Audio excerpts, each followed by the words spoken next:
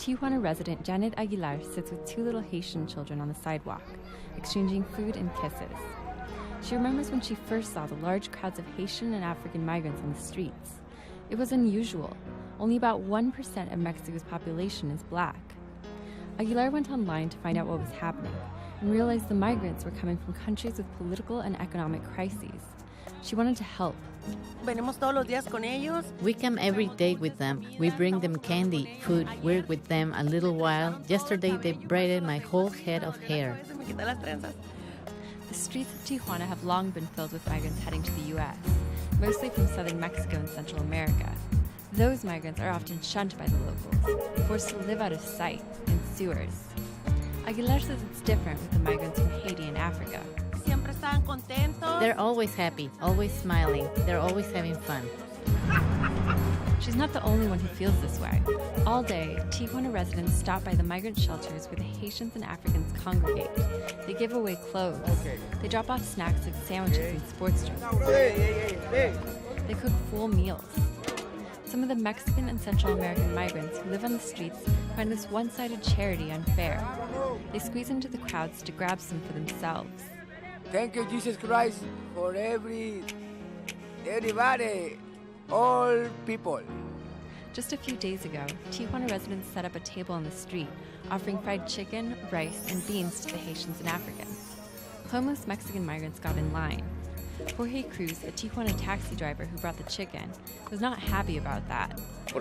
I told him, you're Mexican. What do you lack? Some of the Mexican and Central American migrants are also fleeing dire circumstances, such as persecution. But locals have an easier time perceiving the Haitian and African migrants as needing their help. Jose Luis Aguilar set up the table on the street. At first he brought tortas and burritos, Mexican food. But the Haitians didn't like it. Found out that they preferred chicken, rice, and beans. But right now we just find out they like whole beans, not fresh beans. The surge of Haitians and Africans started in May. Since then, migrant shelters like the Desayunador Salesiano have housed and fed thousands. But as more keep coming, it's starting to be too much for the shelters. This is turning into chaos, into an alarming crisis. Shelter coordinator Margarita Andonaigui says generous Mexicans are making things worse. All the charity has created a sort of party atmosphere in the street, she says. People leave trash everywhere. They fail to come into the shelter for their daily breakfast and dinner, preferring to eat outside. Haitians and Africans are mixing with homeless locals who use drugs, she says. They're addicts who take advantage of the situation and they say, "My Haitian friend, I love you. Smoke this, drink this." She says the shelter has already had to turn away previously well-behaved Haitians and Africans who showed up under the influence.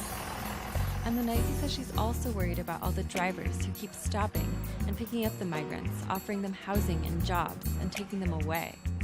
Where did it take them? What was the purpose of taking them? They don't know what they're getting into. Next to the shelter, the migrants get documents from Mexican immigration officials who are working with the U.S. to give migrants set dates to appear at a port of entry. Andonaigui says the documents are problematic. I have here a mom who crosses the 23rd. This is her baby who crosses the 23rd. No problem there. But the other baby, the youngest, crosses the 24th. The shelters are working with officials to slowly funnel the migrants to the ports of entry. But Andonaigui says that now that the U.S. has decided to start sending most of the Haitians back to Haiti, everything's going to change.